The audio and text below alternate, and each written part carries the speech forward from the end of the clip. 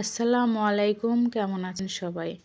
আজকে আবারও নতুন একটি ভিডিও আপনাদের সাথে শেয়ার করতে এসেছি। তো আজকে একটু ব্যতিক্রম একটি ভিডিও নিয়ে এসেছি। তো ভিডিওটি হচ্ছে এই যে একটি সাদা কলস দেখতে পাচ্ছেন, মানে যেটাকে কলসি বলে, আমাদের গ্রাম্য ভাষায় অনেকে কলস বলে। তো এই কলসিটাতে আমি প্ল্যান করেছি একটা মানি প্ল্যান্ট গাছ আছে, ওইটা আমি লাগাবো। তো কলসিটা দেখতে একটু মানে পুরাতন হয়ে গেছে, মানে অনেক আগেই কেনা ছিল কলসিটা আর কি। তো কলসিটা একটু ভাবলাম একটু রং করে নেই। তো আমার বাসায় একটু কিছু কাজ, মানে জামা কাপড়ে রং করার কিছু পেন্টিং ছিল, সেই পেন্টিংগুলো দিয়ে কলসটাকে সুন্দর করে একটু রেড কালার করে নেওয়া হচ্ছে। তো কলসটা যদি এমনিই রাখা যায় তাহলে কিন্তু ভালো লাগবে না।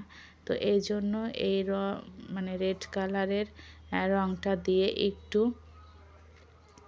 ডিজাইন করে নিচ্ছি যাতে সৌন্দর্যটা বাড়ে, এই জন্যই আর কি। তো এই কলসিটার মধ্যে আমি একটা গাছ লাগাবো, মানি প্ল্যান্ট, এই জন্য একটু রং করে নিয়ে আর কি। তো দেখুন না, রং করতে বসে কত বাচ্চারা কত রকমের হাল করছে, ওরা তো কাজ সম্পন্ন করতেই দিচ্ছে না। আর এদিকে আমি বসে বসে একটু ভিডিও করছিলাম, কলসিটা আমার এক আপু রং করে দিচ্ছিল, মানে পেন্টিং করে দিচ্ছিল আর কি। তো আমি বসে বসে একটু ভিডিওটা করে নিচ্ছিলাম। আর এদিকে বাচ্চারা তাকে খুবই জ্বালাচ্ছিল, কথাই শুনছে না, হাত দিচ্ছে রঙের মধ্যে, পুরো জামা কাপড়গুলোও নষ্ট করে ফেলছিল, রঙগুলো হাতের সাথে মাখছিল।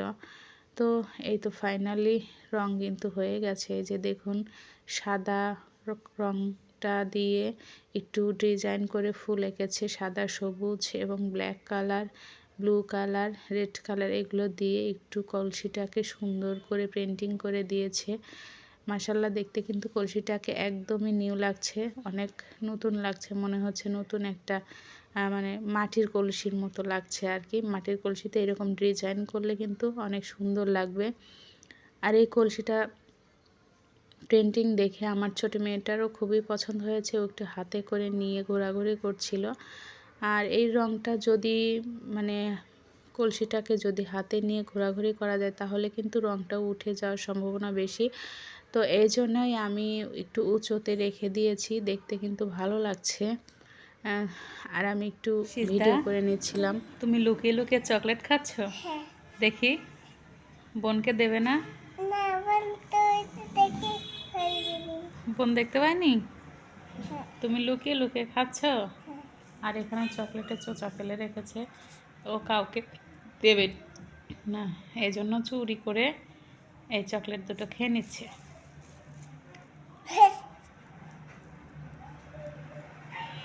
কি? এই টুরু লাভ, কি? কি করছো তুমি? এই যে কম্বলের ভিতর শুয়ে গেছি। ও বাবা, কম্বলের ভিতরে শুয়ে থেকে কি করছো? ভাত খাচ্ছ? তো ভাত নাও, এই যে, বলো তো, বলো, খেয়ে নাও।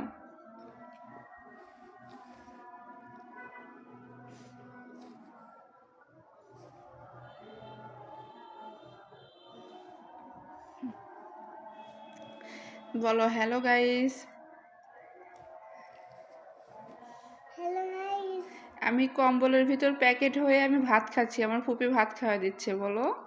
হ্যালো গাইস, আমি কম্বলে বি- প্যাকেট হয়ে রয়েছে, বসে আছি। আমার খুবই ভাত খাওয়া দিচ্ছে।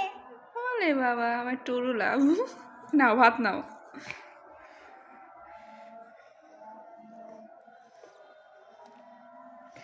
কেমন লাগছে? ভালো লাগছে। বলো, এত স্বাদ কে? এত স্বাদ কেসের মজা। সেই মজা। হ্যাঁ, বলো তো সবাইকে, তুমি তোমার ফুপিকে কত ভালোবাসো? মেলা ভালোবাসি। কতটুকু?